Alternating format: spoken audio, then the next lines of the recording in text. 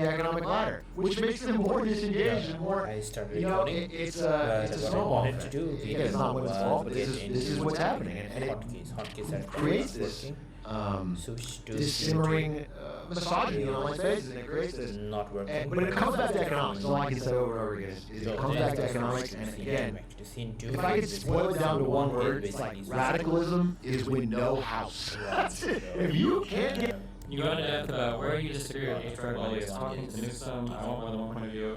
This is like an exhausting topic because people have their feelings is like all 100% bias based. The issue that there's a combined issue that people have no idea what people in the past lived like. Like people unironically think that the average young man at 23 was buying a house and moving in there and taking care of his whole family with one college degree. That's just never been the case. People have this idea that like people just get a house, they think that's not necessarily true. I don't know how that solves any of the loneliness issues. Should be having a house make you more fucking lonely because now you're further away from potentially any other person. It's just like people are desperately reaching for stuff. And then the like naive assumption that it will fix stuff. When I think one of the big things that they kind of hit on at the beginning of this, but nobody really wants to talk about it because it's not very sexy and nobody has any good solutions, is I think the internet has fundamentally altered the way that we associate with each other. And so people are like desperately searching for any explanation that feels more tangible. And so we kind of want some things and we think that it'll fix everything, but I don't even know like what is the proposed pathway for how a house would make you a happier, less lonely person. I don't know. It's just like people are just like reaching for these kind of memes that they think will solve. Generationally, what your sort of understanding of all that. Yeah, I'll tell you the worst part about content creation, Gavin Newsom, is that Destiny, it's not that having a house is the tangible benefit that solves all problems, it's the hopelessness aspect.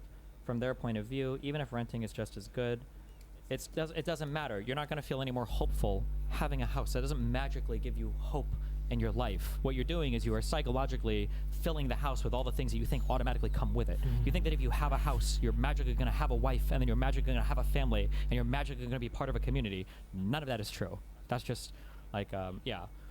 First thing I disagree with Destiny on, he's rich and has no idea. Yeah, you guys can all spam that shit in chat, but there's literally nothing to back up anything you're saying. It's a delusional fantasy that you think that magically getting a house or magically doing these things are going to help you.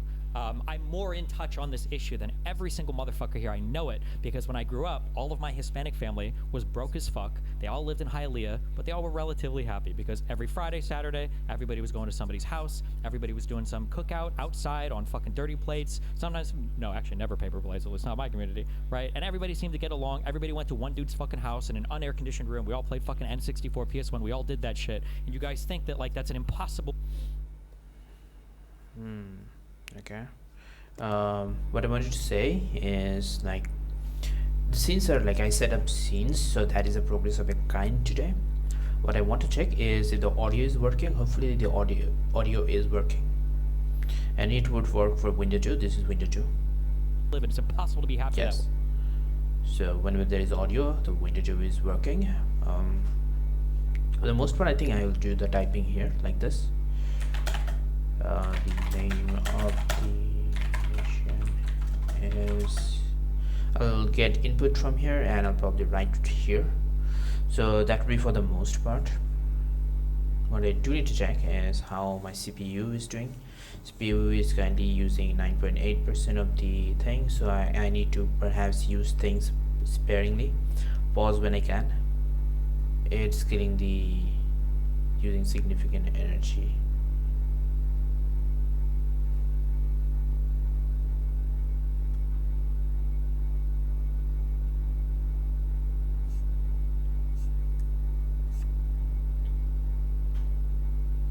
Percent of the Safari graphics, etc. CPU load, system % user, the person idle. I don't know how to track this. Memory, energy, disk.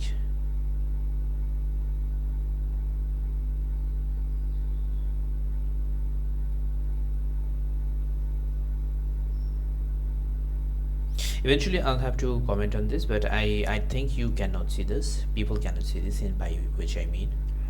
So let's like put this off the ground. What I'm going to do is I'm going to have instead here other things. For instance, I could have articles that I want to read. I can have other things basically. I wanted to do Constitution today. Constitution of the USA. Probably find a version of which. Okay, Bill of Rights.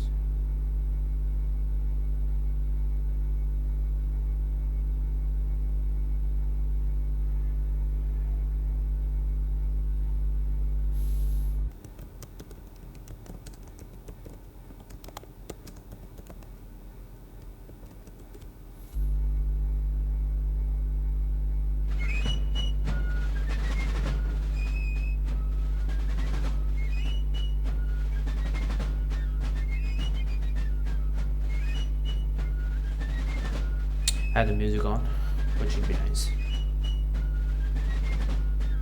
And I have to go to scene 1 actually, if I want to read anything. Okay.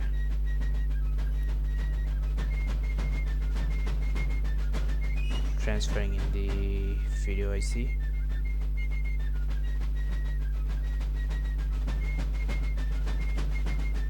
Let's go to this Constitution. When was the Constitution written? When was the Constitution written? Yes, the volume is significantly higher. The Constitution was written in the summer of 87, the magic date, in Philadelphia, Pennsylvania, by delegates from 12 states in order to replace the Articles of Confederation with a new form of government. It created a federal system with a national government composed of 3 separated powers and included both reserved and concurrent powers to states, plural.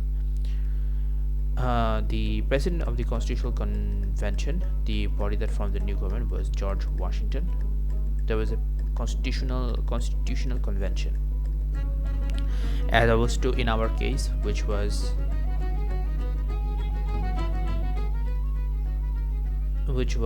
a constitution assembly. Okay, the body that framed the new government was George Washington through James Madison. James Madison is known as the father of the Constitution because of his great contributions to the formation of the new government. Governor Morris wrote the Constitution's final language. The Constitution was a compact, though Federalists and Anti-Federalists disagreed over whether the states or the people were the agents of the compact. In September 87, it was sent to the states for ratification.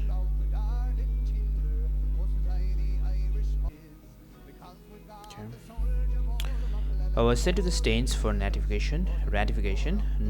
9 of the 13 states would have to ratify it for the Constitution to become effective for those ratifying states. Okay, so there was a convention for ratification, so which I feel like we'll definitely lack,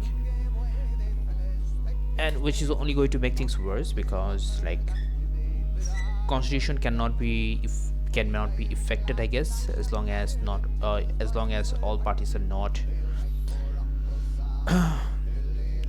in agreement. The future was not certain at all. A debate began among the states over ratification. I think what I'm going to do is oh no, not this.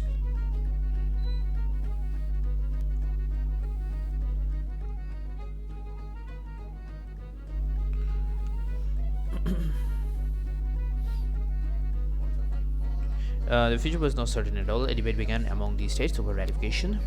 Those who argued that the Constitution should be approved were called Federalists, and those who argued against it were called Anti-Federalists. Okay, we have the distinction between Federalist and Anti-Federalist.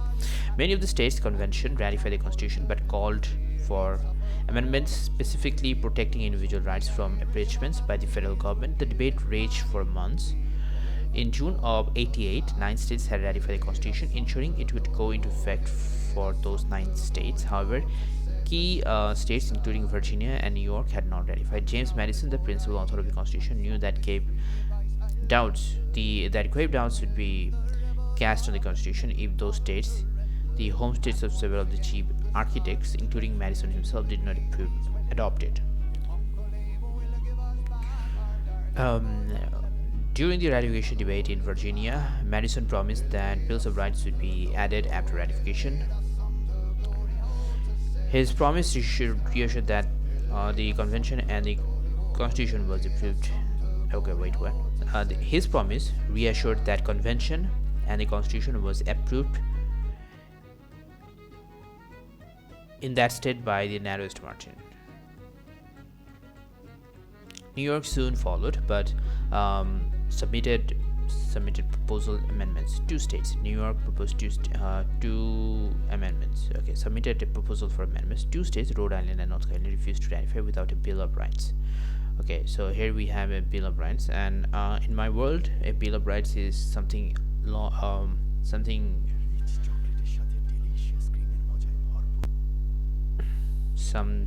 very close to a July Declaration.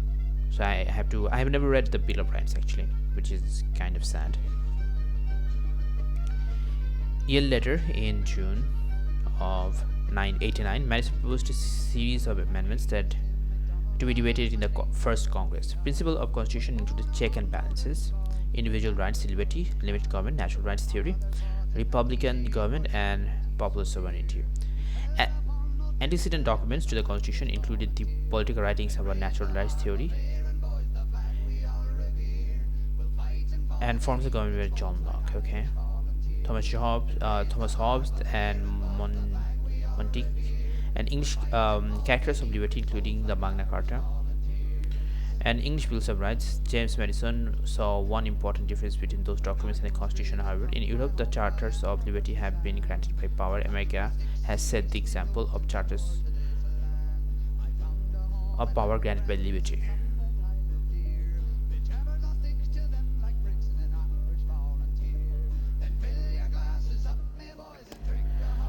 This is quite important because here James Madison basically observes that in Europe the Charter of Liberty have been granted by powers, and in America has set the example for the first time in human history, the charters of power granted by liberty itself. So we are basically making the argument that we derive our rights from the nature and not the other way around, and these rights are natural rights, and the Constitution is not making these rights. The US Constitution is merely acknowledging it. So I feel like he felt at the time, and I feel it holds true, that was an upgrade on any other system before it. And they obviously used antecedent documents to the Constitution about the natural rights theory, like our rights were natural, and obviously rights of man, Thomas Paine comes into the mind. The forms of government by John Locke, they read a significant amount of John Locke, Hobbes, and other English characters of the time, which is important for that time. And they obviously included Magna Carta. I don't know what Magna Carta is. I'm going to read. Magna Carta is a historic English legal document at the time, limiting the absolute power of the monarchy and established the principle that everyone, including king, was subject to the law. So Magna Carta was crucial in this regard, that it limited the power that the king had even by that time. So king probably was thought to be what's used to known as someone who had absolute power over everything, and he was the originator of laws. So this law, Magna Carta, came around and basically chopped his invisibility or openness, overpowerness into a framework that can be judged by other people, which was neat.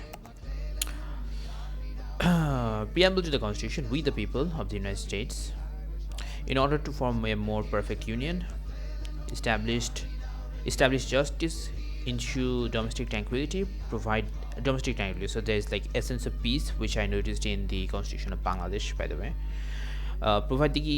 Provide for the common defense, promote the general welfare, and secure the blessings of liberty to ourselves and our posterity,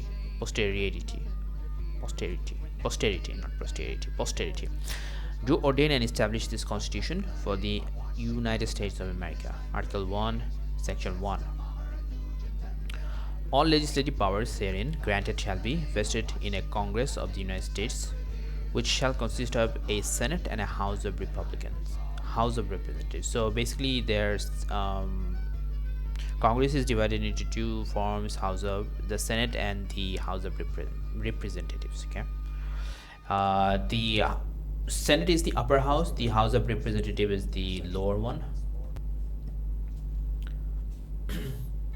And they both serve a specific agenda, which I will get into later on. What I'm going to do is I'm going to do a research on what is the role of the both parts of Congress.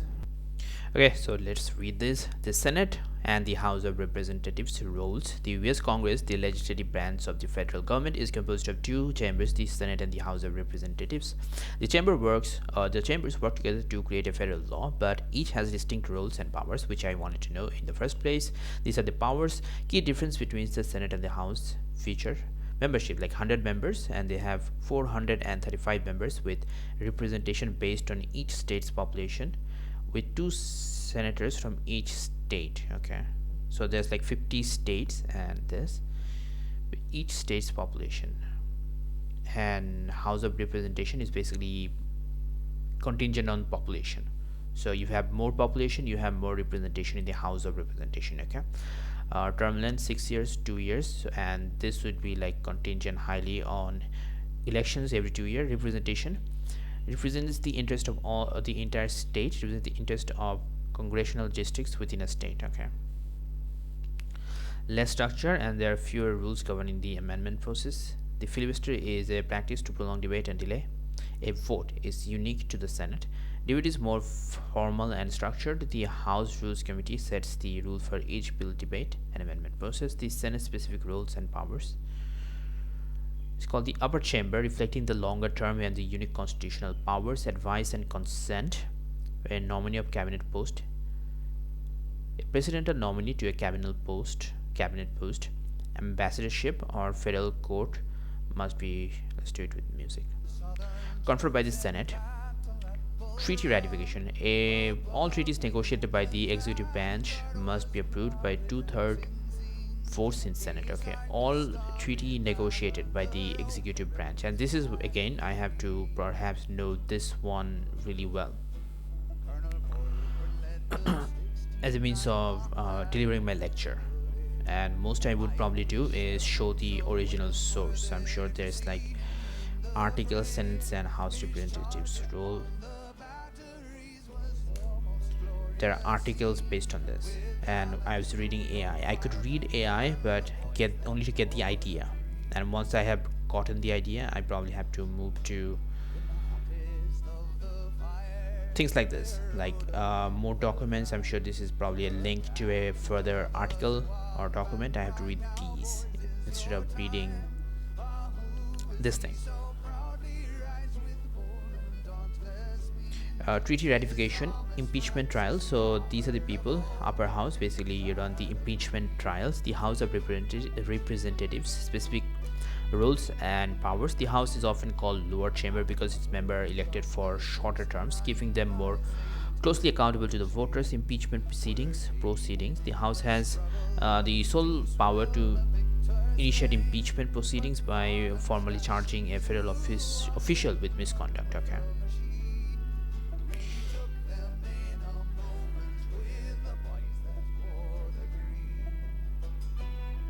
Federal officer with misconduct. So like, who is doing the impeachment? Conducts the trial. Okay, after the House of Committee impeaches a federal official, the Senate conducts the trial to determine the guilty or guilty. The Senate. Okay, wait, what? 2/3 vote is required for conviction removal from office.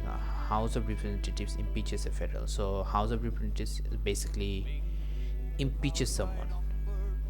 Lower house impeaches someone, and then it goes to the upper house for voting to see if like actual action is required.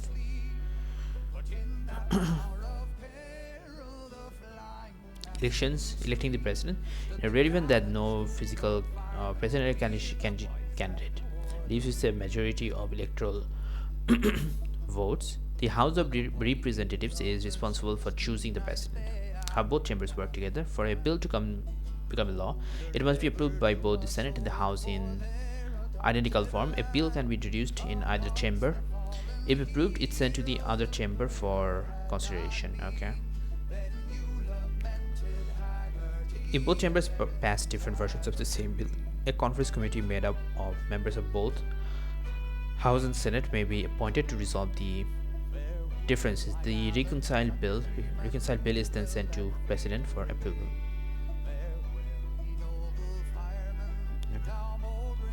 Section 1, Section 2. So all powers vested in Congress. Section 2. The House of Representatives shall be composed of members chosen every second year by the people of several states. And the electors in each state shall have the qualifications requisite for electors of the most numerous branch of the state legislature. Okay, quite a mouthful, but it is like delineating the different governmental structures of that time. No person shall be a representative who shall not have attained to the age of 25 years and been 7 years a citizen of the United States, and shall not, when elected, be an inhabitant of that state in which he shall be chosen. Okay. Representatives and direct taxes shall be appointed among the several states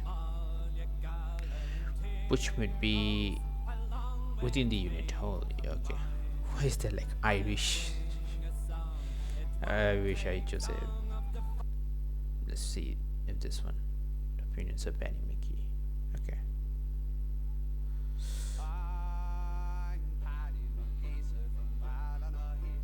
Shall be appointed among the several states which may be included within this union according to their respective numbers, which shall be determined by adding the whole number of free persons, including those bound to service for the term of the years, and excluding Indians not taxed 3/5 of the other persons.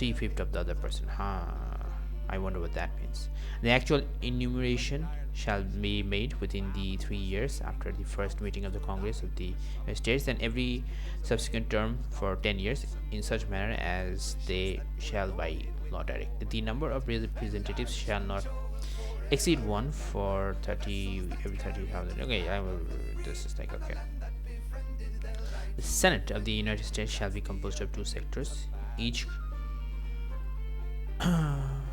2 senators from each state, chosen by the legislature thereof 6 years. So it talks about the House of Representatives first, and then talks about the Senate. And like I'm sure this is dealing with the Senate and the different powers that is vested on the senators. The times, places, and manners of holding elections for the senator representatives shall be prescribed in each state by the legislature thereof, but the Congress may at any time by law make and alter such regulations except as in the places of choosing senators. The Congress shall assemble at least once every year, and such a meeting shall be on the first Monday on December, unless they shall by law appoint a different day.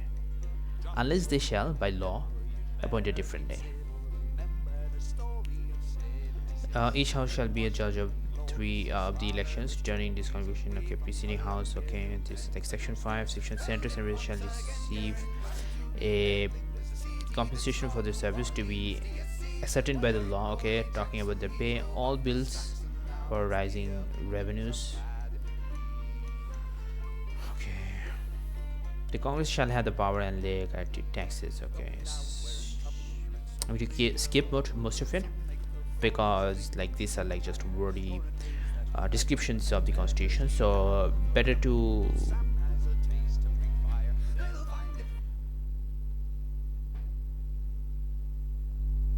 Meanwhile, my whole family grew up under the same delusion that a lot of you guys are under, that we need to have big houses, we have to have a place to live, and we'll all be happy. All of my family's fucking miserable. They all have huge houses, they all work a ton of jobs, they all have their fucking cars repoed, you know, every other fucking month or whatever bullshit. They can't afford anything. Nobody has time to visit anybody. Nobody has time to go anywhere to see anybody. Nobody actually ends up, like, hanging out with anybody. Like, this obsessive, weird, like, backwards American, ancient middle-class philosophy of the only way to be happy is to have a house, is you've just never been around happy people before. You've never been around anybody that's genuinely happy. You've never been part of a community before. You've just never done anything like that in your life to give you happiness. You magically think that if you just have a house, that all those pieces will fall into play. But that's not the case. The brokest and most desperate times of your life, where you have the smallest amount of money, is usually the happiest amount of your life, because you're usually in school. You got a lot of friends around you. You're going to recess. You're hanging out after school. It's not because you guys have houses, right? You can do shit outside. It's not because you guys have all sorts of money available to you or college opportunities, whatever else. It's just because you're around other people and you're having fun and you're hanging out and you're doing stuff.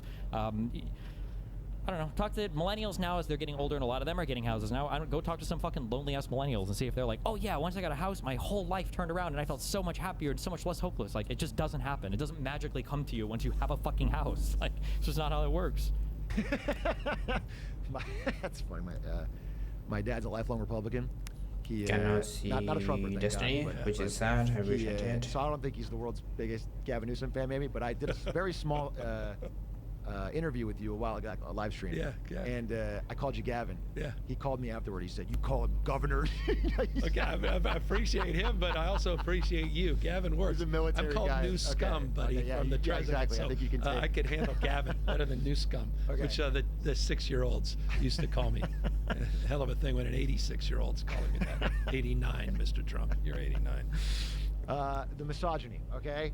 Here's the thing about consecration, is you have a direct financial incentive at all times to feed into people's resentment and to feed into their anger and to feed into it is just the way the algorithms work. I thought about this deeply in the wake of Charlie Kirk. I was thinking about what I wanted to say, and I was looking around the internet and I realized it doesn't matter what I say, it'll just be fed to the person that agrees with me. It doesn't. If I say something that pisses somebody off, they'll never see it again. It'll go into the void. We are going through an algorithm that just decides what you want to see. So in that case, there is a strong financial incentive to tell people who can't find a house or a partner that it's immigrants' fault, or it's women's fault, or it's whoever. It's the woke mind virus, or what. They'll tell you it's someone's fault, and that's pronouns. very comforting. Yeah. It's very, very comforting if you're in that spot to have an enemy, to have someone you can rally around and get angry at. And again, on the space I'm in Twitch, the most right-wing aspects of Twitch are mostly talking about how What I'm going to do is I'm going to people are continue on ruining reading. games, 'cause So I am at people wanna play section games. They'll be 10. like, oh, there's these female characters lead it act. I think you're really underestimating the safety and stability that comes with owning your own house. Not to mention, it's far easier to predict certain aspects Article of the future 1. and engage more. There are in the different safety and articles, basically. stability I have to that comes summarize. with I have owning to your own summarize house. the US Why? Constitution. The safety and stability you're talking about is just having a job where you're not like living on the edge of your whatever you can afford. I don't know why you think a house would magically provide you with more safety and stability. Replace home with economic security. This isn't about a house, it's about hope of economic prospects. Do you disagree that the average person has this attitude or not? What's your solution? Like, there are a few things that need to change before I believe, I'm sorry, but I just don't believe it. One, if you have more than like $50,000 in student, like if you went to a private school, I don't believe anything you're complaining about when it comes to economic anxiety. I'm sorry, but if you went, especially if you went to an out-of-state, you went to a private school, you did something where you were taking out like $25,000 a year in student loans, I'm sorry. I don't believe anything you have to say about actually having a fear of your economic future. Number one. Number two, now this sucks to hear, and I know a lot of people, it sucks, but like, you're supposed to be economically destitute and fucked at the very beginning of your Okay, and we are going to be going back to our song phase, because Article 1, the legislative branch, establishes the Congress, two-chamber legislature consisting of the House of Representatives and the state. So it makes sense that we also have significant portions of the article dedicated to basically the structure of the government.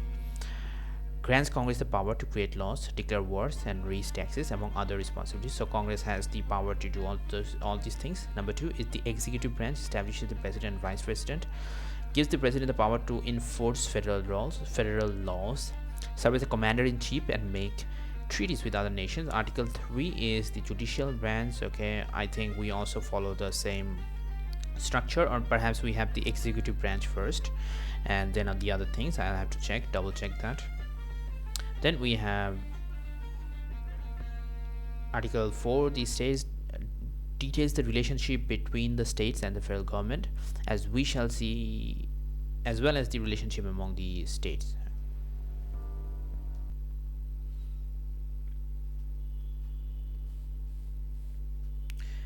Requires that all the states respect the law of other states and establish how new states can be admitted to the union. Article 5, the amendment process. Yes, describes the process of amending or changing the constitution. An amendment can be proposed by a 2/3 vote in the House of Congress or by national convention called for 2/3 of the states national convention. So it can be dealt through or administered, brought into existence by a national convention. It must then be ratified by the 3/4 of the states, become part of the constitution. Okay, the process, I think I'll have to seek refuge in a video essay to fully understand. Depths, supremacy and oaths. Okay, I don't care. Ratification specifies that constitution will take effect after being ratified by 9 of the 13 original states. So I think ratification, this one, Article 7, probably is less valid now. The amendments, the 27 amendments are additions and changes that have been made to the constitution over the time. The Bill of Rights, Amendment 1 to 10, ratified in 91. The first 10 amendments are known as the Bill of Rights. They guarantee foundational protections for individual liberties. So this is basically our version of Article 2, I think, section or segment 8 to 25, which basically describes the basic foundational principles of the society. Oh, no, actually I think the Bills of Rights, they talk about rights from 25 to 48. So we have to summarize Bangladeshi constitution as well. Yes, the constitution rather has 153 articles across 11 parts plus a preamble and 4 schedules. Okay, we have preamble. Part 1 is the Republic, Article 1 to 7. Part 2 is the fundamental principles of state policy, which is like 8 to 25. Fundamental rights, and basically this has the Bills of Rights. This serves as a counterpart or like something similar to the Bills of Rights proposed in the American Constitution, which is like 26 to 47. I'm going to do reading of these in like length later. So establishes the equality before the law for all citizens, ensures the right to protection of all of the law. Okay, Article 32 protects the rights of life and personal liberty. Article 2. Okay, 27 establishes equality. There is also a article about equality of opportunity before that, I think 22. Oh no, promotion international provides national foods and clothing. Okay, I was wrong. Not 22, definitely. 22 is about judiciary and executive branch separation. It's fundamental, like one of the founding principles of the judiciary, not the legislature though. Judiciary should be independent of executive. Lawmakers, not so much. The promotion of international peace and solidarity. So there is also provisions in the Bangladesh Constitution about ensuring peace and solidarity, which was like was mentioned in the first paragraph, opening paragraph of the US Constitution as well. Lists the fundamental principles of state policy, including nationalism, socialism, democracy, and secularism. Okay, guarantees democracy, human rights, and freedom. Article 11 guarantees all that. 15 manage the state, provide basic necessities such as food, clothing, and elections. Okay, I think I'm using the word okay a lot. I need to find a better transition. Establishes the equality before law of all citizens, ensures the right to protection of law, provides safeguard against arrest and detention. Article 33, fundamental rights, prohibits all forms of forced labor. Okay, 39, guarantees freedom of thought, conscience, and speech, as well as freedom of press. Okay, Article 39. This one would be the big one, and I will have to see how the new constitution addresses this one. Ensures freedom of religion. 41. This has to be the secular argument. In the Constitution, guarantees the right of citizens to move the High Court division of the enforcement. Says to move the High Court division for the enforcement of the fundamental rights. To move, really, literally the move. I don't understand that, and I hopefully will understand it once I read it. And we have part 6, executive articles like 48 to 64, then have legislature, then have judiciary. They started with the legislature, they went to executive, and then the judiciary, I think. Elections, they are talking about elections. The US Constitution also talks about elections as well, other parts. Part 7, compeller of auditor. I think I remember US Constitution having something to do with auditing and like matters of money and matters of revenue and matters of taxes, which I think was dealt in the legislative branch as well.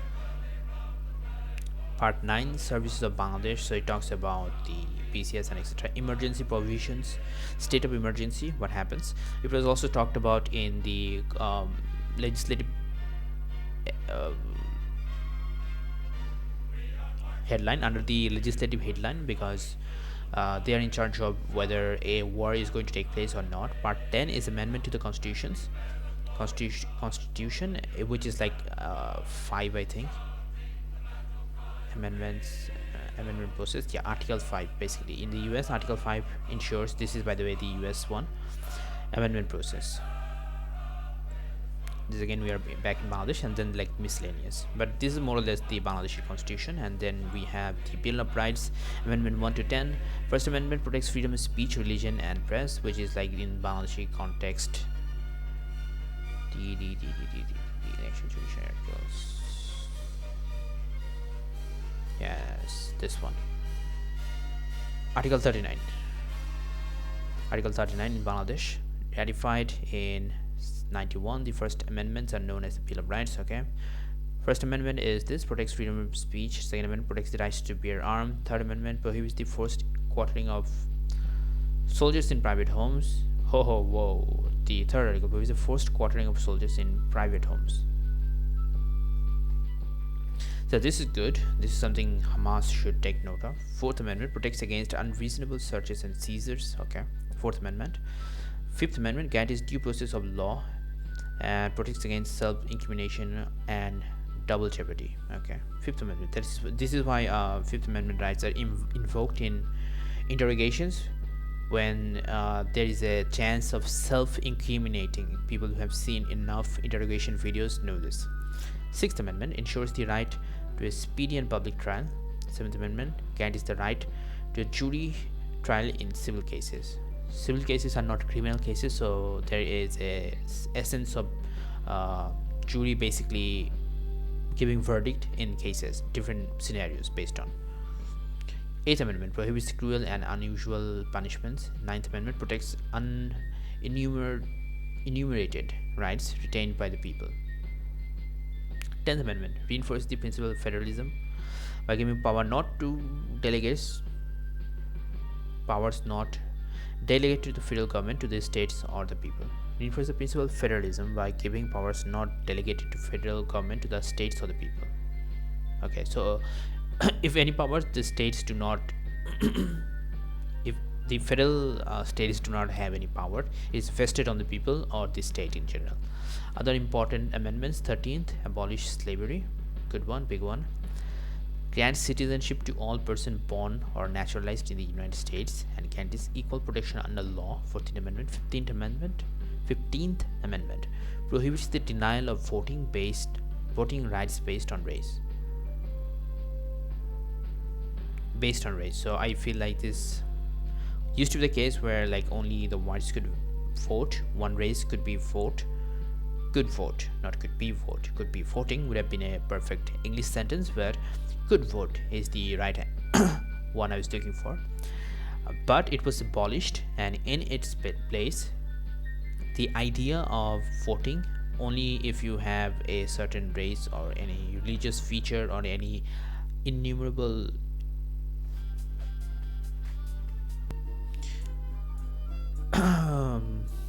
basically any feature that you cannot control. Based on that, your voting rights would be determined. This entire enterprise was abolished, and rightfully so. 19th Amendment grants women the right to vote. So this is the 19th. And with that, I feel like I should conclude today's reading. I read the Constitution, compared it with Bangla, and okay, I should do one other thing. Okay, I think I have what I was looking for.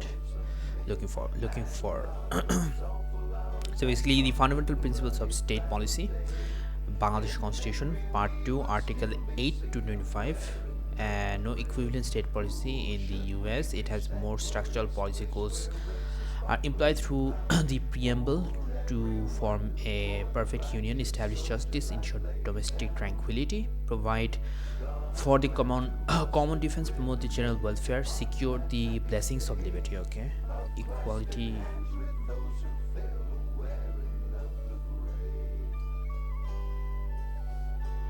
Before law, Article 27, all citizens are equal before law. The 14th Amendment, Section 1, equal protection cause, not denied to any person within the jurisdiction, the equal protection of the law. Okay. Article 27, 14th Amendment. 20th, discrimination on grounds of religion, race, and caste, sex, or place of birth. 14th amendments plus civil rights jurisprudence. Okay. Prohibition of discrimination, Article 28 and the 14th Amendment plus the civil rights jurisprudence. Right to liberty and life, Article 32 actually, in Bangladesh. No person shall be deprived of life or personal liberty save in accordance with law. The 5th Amendment, no deprivation of life, liberty, and property without due process of law. The 14th Amendment applies this to states. Okay. Freedom of movement, assembly, and association, 36 to 38. The first one, freedom of assembly of association, implies through free speech and petition. Okay, which is cool because we are often used to thinking in terms of how First Amendment is just about speech, and the second one is just about rights, and like the fifth one is just about like not self-incriminating, but they serve multiple purposes. For instance, the first one serves the purpose of also freedom of assembly. The fifth one also serves the goal of protecting life, liberty, and property without due process of, in the absence, like it brings the rights of life, liberty, and property under the structure of law.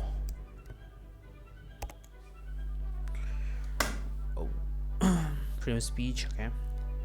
Freedom of religion, 41. Freedom of religion and right to practice / propagate subject to law, public order, and morality. This is a vague one because they insert morality. The term morality needs to be defined, and public order, okay, kind of leaves room for ambiguity.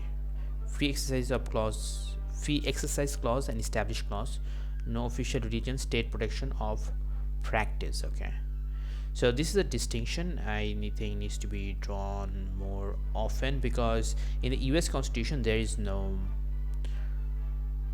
they're basically making the case that it does not fall under our jurisprudence. You can make your own way, but the supreme thing is, because it doesn't fall under us to protect or maintain anything, you must be equal by any means. Okay, you're like equal in essence and protected by the other laws that we made, as opposed to this one in Bangladesh, where they have to like deliberately speak about and try to define and try to bring it within the constitutional boundaries.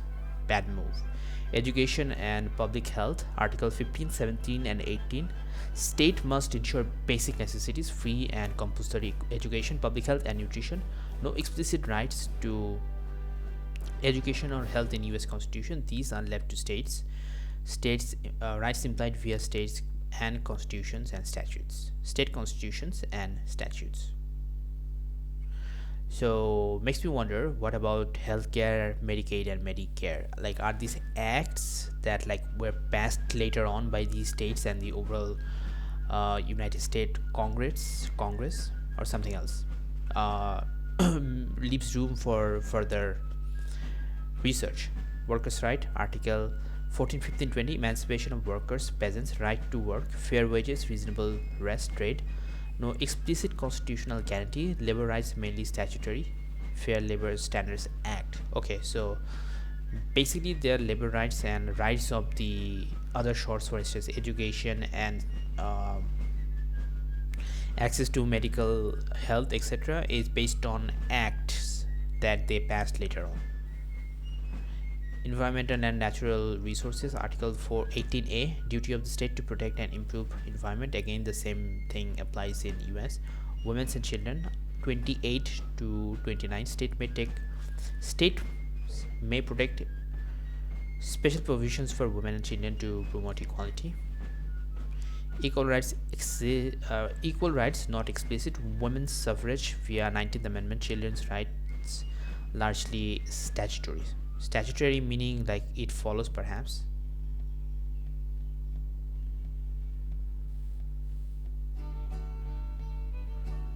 Uh, 42, right to property with possibility of acquisition by the state with compensation. If state wants to take things from you, they have to compensate. Fifth Amendment, taking clauses, private property shall not be taken for public use without just compensation. Okay.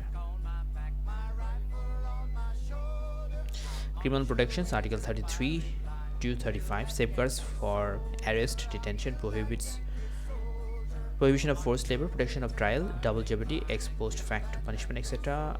4th to 8th Amendment, due process, protection from unreasonable speech, search, seizure, self-incrimination, double jeopardy, cruel and unusual punishment. Okay. 39 is right to information, freedom of press. Basically, in Bangladesh, this is like Article 39. FOIA, I don't know what that is. It is statutory, but I don't know what that is. Secularism and state religion, Article 21, the first one, separation of church and state. Government cannot establish religion. Islam is a state religion, but other religions have equal status. I don't know what that means. Key distinction, Bangladesh Constitution blends rights enforceable in court with state policies, non-justiciable principles guiding governments. It explicitly lists social/economic rights, education, health, work, and okay, I think I have found my hobby horse that I want to beat for the next few sessions, which is in the US Constitution, the primarily negative rights limits on government powers, leaves social economic rights to legislation or states. Rights are judicially enforceable but not broad state policy mandates, as opposed to Bangladesh, which is like blends rights enforceable in court with state policies, non-justifiable principles guiding governments. I have to ask what this is, which I will later. It explicitly lists social economic rights, etc. So for me, I think I have found my footing here in the debates.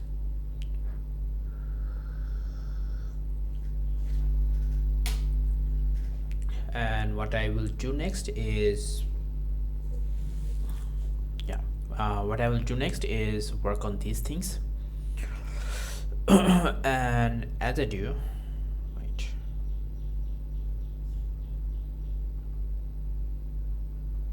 Yeah, I will work on these things as I enjoy my tea. I think I have found my disagreements and like the thread that I needed to find to like unwoven this entire thing, strip this entire thing into single arguments or a point or a deal. I think I have that deal and I need to work on this, which should be fun, which is something that I was looking forward to so far. Now I have it. I'm going in circle, but I think the next steps are learning more about the distinctions between Bangladesh and US Constitution and then making a point. I think I already have a point which I'm going to restate and shut out this video, which is the Bangladeshi one, sorry, excuse me, the US one deals with non-negative rights. So for instance, if they are not making rights, they are first of all acknowledging rights, and they are like acknowledging things that shouldn't be done.